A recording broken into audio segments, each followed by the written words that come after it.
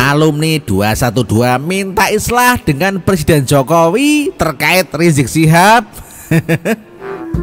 Situ waras.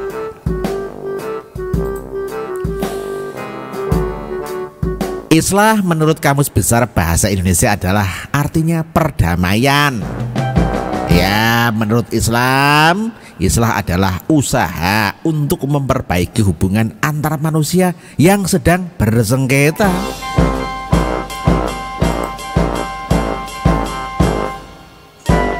Alumni 212 meminta bantuan Komnas HAM untuk mengupayakan rekonsiliasi dengan Presiden Joko Widodo terkait dengan kasus dugaan kriminalisasi aktivis Islam macam Rizik Syihab. Saya melihat adanya kerancuan dalam pikiran para alumni 212. Di satu sisi mereka menyebutkan telah terjadi dugaan kriminalisasi umat Islam, aktivis Islam. Tapi yang disebutkan kok namanya cuma namanya Rizik Syihab dan Al-Khattab.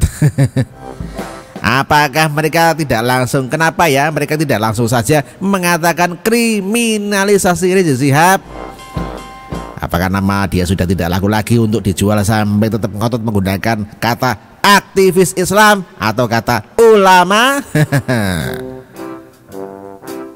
Ya, tapi saya yakin istilah apapun yang para alumni 212 gunakan ya untuk mendapatkan daripada dukungan massa atas usaha pembelaan junjungan mereka tidak akan seefektif ketika mereka menggunakan istilah aksi bela agama. Ya, kalau sampai ya Komnas HAM itu mau memediasi permintaan para alumni 212, ya mereka jadi terlihat konyol.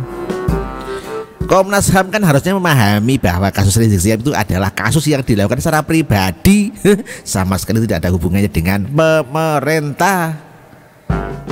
Ya, kalau mau melakukan rekonsiliasi ya pihak alumni 212 itu harusnya ya melakukan dengan para pelapor atau dengan pihak kepolisian.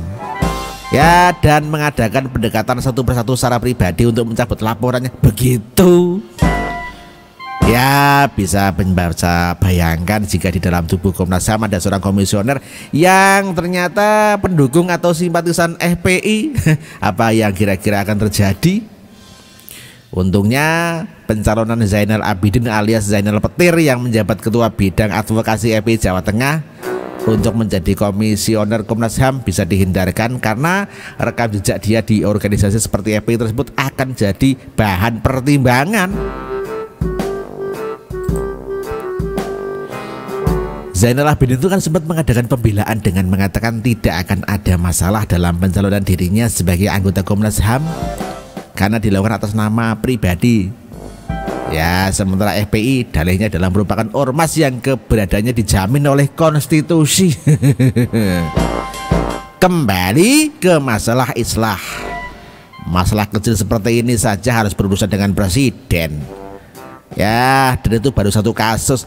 Lalu kasus lain ya tentang penghinaan Pancasila dan presiden pertama Indonesia ya. Kemudian pihak alumni 212 harus menghubungi Ibu Sukmawati dan membuat islah dengan sebagai pihak pelapor.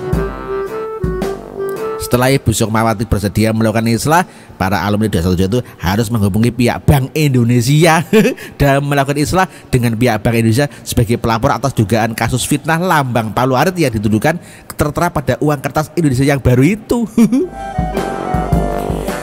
Apa yang saya sebutkan di atas belum termasuk 6 kasus lain yang antri menuntut proses peradilan atas pelaporan yang dituduhkan pada Rizik Syihab. Ya, tidak bisa semata-mata ke-9 kasus akan selesai karena islah dengan Presiden Republik Indonesia yang juga pernah dihina oleh sang ulama. Sekjen Presiden Alumni 212 Hasri Harap yang mengatakan pihaknya sudah meminta Komnas HAM untuk menyurati soal rekonsiliasi atau islah itu kepada Presiden Joko Widodo, ya karena perannya sebagai lembaga negara. Dia mengatakan selama Ramadan ini sebaiknya kedua belah pihak itu harus saling memberi maaf. Kami itu meminta langsung kepada Komnas HAM untuk menyurati Presiden karena lambang negara, kata Hasri kepada wartawan di cnnindonesia.com. Hanya itu alasannya?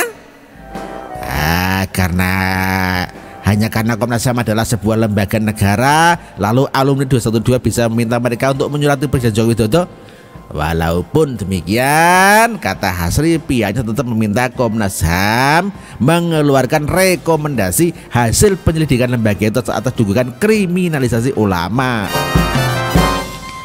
Sementara Komnas HAM mengatakan kasus dugaan kriminalisasi terhadap pentolan FPI Rizik Syihab itu bukan kriminalisasi ulama. Lah terus piye Mas? Menurut Nur Khairon, ya, kasus Rizik Syihab itu kan bukanlah kasus kriminalisasi terhadap ulama.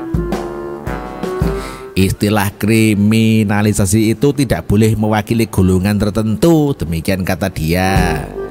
Kriminalisasi Rizik itu bukan kriminalisasi ulama, karena juga banyak ulama yang berseberangan dengan pandangan Rizik Syihab. Senangnya ya mengetahui di Komnas HAM ada seorang yang pintar seperti Mudamah Nur Khairon itu. Makin kesini tuh makin lucu saja. Tindakan yang diambil oleh Front Pembela Islam ini dalam usahanya untuk menyelamatkan junjungan mereka. Para alumni 212 itu kan terkesan bertindak membabi buta, ya toh. Ya, saya yakin-yakinnya pihak Istana Negara tidak akan menanggapi permintaan Islah ini, karena sikap Presiden Jokowi itu kan sudah sangat jelas. Ya, sudah sangat jelas. Kalau kasus Ahok saja yang notabene adalah sahabatnya, Presiden Jokowi tidak boleh intervensi. Bagaimana mereka minta Islah dengan Presiden Joko Widodo? Situ waras.